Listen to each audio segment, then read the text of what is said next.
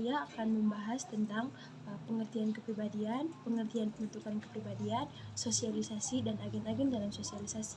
Sebelum menjelaskan materi tersebut, perkenalkan, nama saya Maria Firiani Bunitaisa. Saya dari kelas 10C. Yang pertama, pengertian kepribadian. Kepribadian adalah suatu perpaduan yang utuh antara sikap, sifat, pola pikir, emosi, serta juga nilai-nilai yang mempengaruhi individu tersebut agar berbuat sesuatu yang benar sesuai dengan lingkungannya. Yang kedua, pengertian pembentukan kepribadian. Pengertian pembentukan kepribadian ini merupakan ciri khas seseorang dalam bentuk sikap dan tingkah laku, serta intelektual sehingga ia berbeda dengan orang lain. Ciri khas tersebut diperoleh berdasarkan potensi bawaan. Yang berikut, faktor-faktor pembentuk kepribadian. Yang pertama, faktor lingkungan fisik. Faktor lingkungan fisik yaitu ketekunan, ambisi, kejujuran, dan kecenderungan berperilaku menyimpang adalah beberapa ciri kepribadian yang merupakan hasil dari pengaruh lingkungan tempat tinggal individu. Contohnya, orang-orang yang tinggal di daerah pantai berbicara dengan nada keras dan agak kasar. Hal tersebut dikarenakan pengaruh suasana laut yang riuh oleh deburan ombak. Yang kedua, kebudayaan. Kebudayaan menjadi salah satu faktor pembentuk kepribadian lainnya, di mana ini berperan melalui proses pembiasaan yang terjadi terus-menerus. Dengan proses tersebut, individu akan mengalami perkembangan ke arah kepribadian tertentu. Pengaruh kebudayaan ini akan terlihat ketika salah satu individu dari suatu kelompok masyarakat tertentu berada di luar kelompok budayanya dan bertemu dengan individu lain dari kelompok budaya yang berbeda.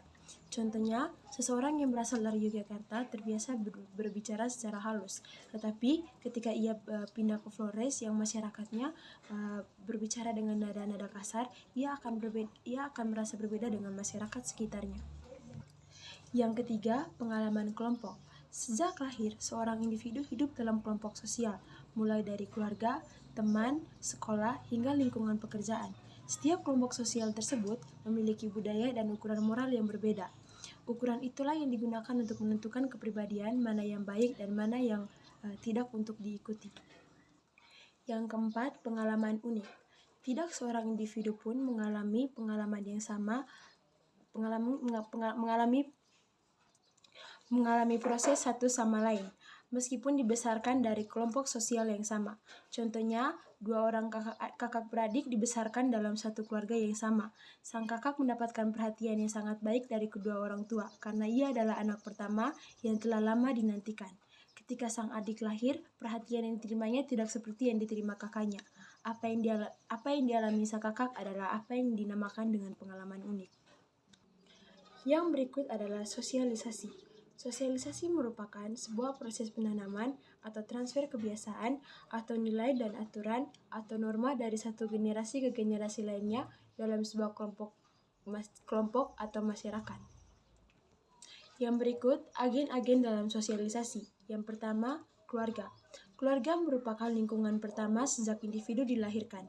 Pembentukan sikap dan kepribadian anak sangat dipengaruhi oleh bagaimana corak orang tua dalam memberikan pendidikan anak-anaknya, baik melalui kebiasaan, teguran, nasihat, perintah, atau larangan. Melalui interaksi dalam keluarga, anak mempelajari pola perilaku, sikap, keyakinan, cita-cita, dan nilai dalam keluarga dan masyarakat. Yang kedua, kelompok sebaya atau kelompok permainan. Dengan berteman dengan kelompok sebaya, kita mulai mengenal nilai-nilai keadilan, kebenaran, toleransi, atau solidaritas. Yang ketiga, sekolah. Sekolah tidak hanya mengajarkan pengetahuan dan keterampilan, tetapi juga menanamkan kemandirian. Kemandirian juga tanggung jawab dan tata tertib. Sekolah juga mengajarkan kemandirian, prestasi, dan kekasan. Yang keempat, media massa. Media massa merupakan bentuk komunikasi dan rekreasi yang menjangkau sejumlah besar orang. Media massa mempunyai dampak yang positif dan negatif bagi seseorang. Oleh karena itu, perlu adanya bimbingan dan pengawasan bagi seseorang individu yang belum cukup umur ketika menggunakan media massa agar terhindar dari pengaruh buruk media massa. Oke teman-teman, itu saja penjelasan dari saya.